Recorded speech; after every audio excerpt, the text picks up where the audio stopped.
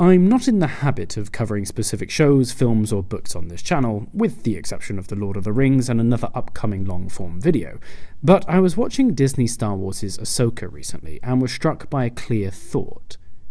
Ahsoka displays the worst way to write a stoic character, and we can learn from that by contrasting her portrayal in the show with a master of stoicism in another character, Maximus from Gladiator. I find it quite remarkable that a film of close to 2.5 hours can create such a compelling stoic character, but a show with multiple characters and at 6 hours already at the time of recording has failed to do so at all. So today I want to go over some of the key qualities of a stoic character, how they can be useful and compelling in a story, and use the examples of Maximus and Ahsoka to show you the correct and incorrect interpretations of how to portray such a character. To do this, we should probably look at the key tenets of what Stoicism is about as a belief system. So, first of all, the major core tenet of Stoicism is emotional control. Note that that does not mean having zero emotions, only that the individual has emotional resilience and stability, making them often unshaken by extreme pressure or external events. Instead, a stoic individual remains calm and composed in stressful situations. That last part is important. It doesn't mean that they can't laugh in the good moments, but more that when the going gets tough, they can put on their game face voluntarily, quickly and calmly, think rationally, and take practical efforts to resolve the situation. In Ahsoka, this core value of Stoicism was clearly interpreted as meaning being cold and emotionless. The characters here do not smile, empathize, or emote in any meaningful way. Yes, many of them are determined and calm in stressful situations, but lack any humanity whatsoever outside of those problems. The show is devoid of lighter moments, the brief sparks of life or emotional connection that make the darkness bearable. Ahsoka herself comes across as robotic and one-dimensional, as we don't have any human moments with her or the other characters. We're led to believe that she is caring about her companions, but we fail to see it. Sabine is callous and heartless, avoiding her friend's memorial without soulful explanation. The writers have misunderstood what they are creating. Stoicism is about emotional control, not emotional absence. Maximus, by contrast, has the ability to turn on a brave face when his wife and son's death are taunted in his face, or he is looking at a near-death situation. But he is not cold. He weeps when he finds his family. He gets angry when forced to endure what he sees as a farce, and he laughs with his friends too in those lighter, happier moments. He shares his vulnerability with those closest to him when needed. Maximus is still a human, but is able to control his emotions when rational thought is required, demonstrating exactly how a stoic character should be. The second essential quality of a stoic individual is their courage and valor in the face of danger or overwhelming odds. You will not find an adherent of Stoicism cowering before battle or death. They will meet it without complaint, guided instead by their inner strength and resolve. More than that, they have clear moral values that they will protect at all costs. They strive to live in humility, wisdom, justice, and temperance. This may lead to their downfall, and often does, but it is clear what they believe in, and why, and who they are as a person. Ahsoka goes about half of the way here, to its credit. Ahsoka herself does not panic in the face of danger, and shows great courage when faced with unfavorable odds, but there isn't anything else to contrast it with. She has the same emotion when fighting as when she's talking with a supposed old friend.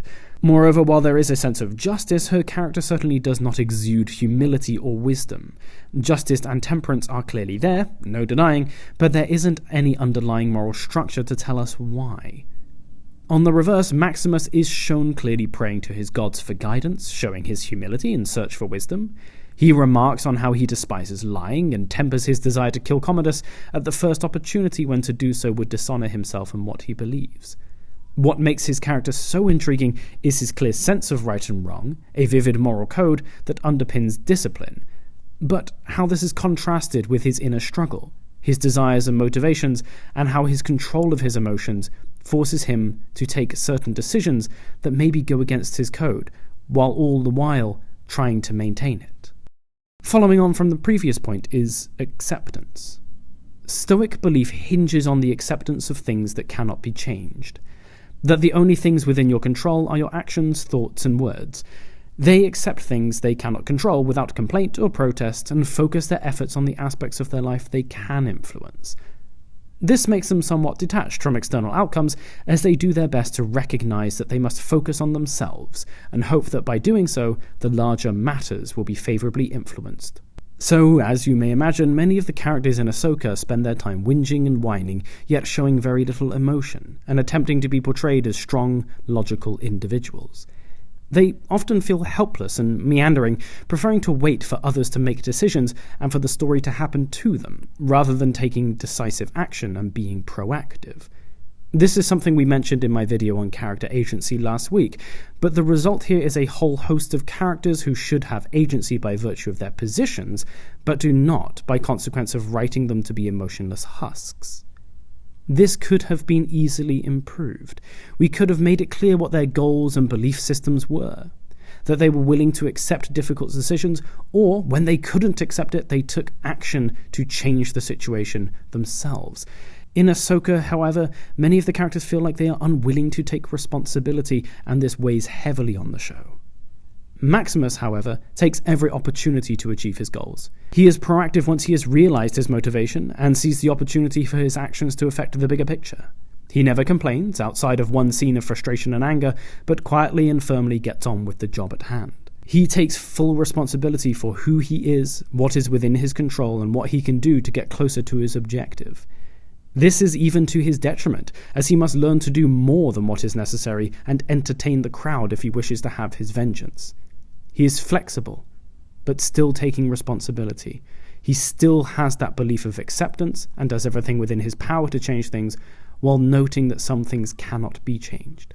So the next time you're thinking about writing a stoic character, look to Maximus, rather than any of the characters in Ahsoka, to make sure you do it right.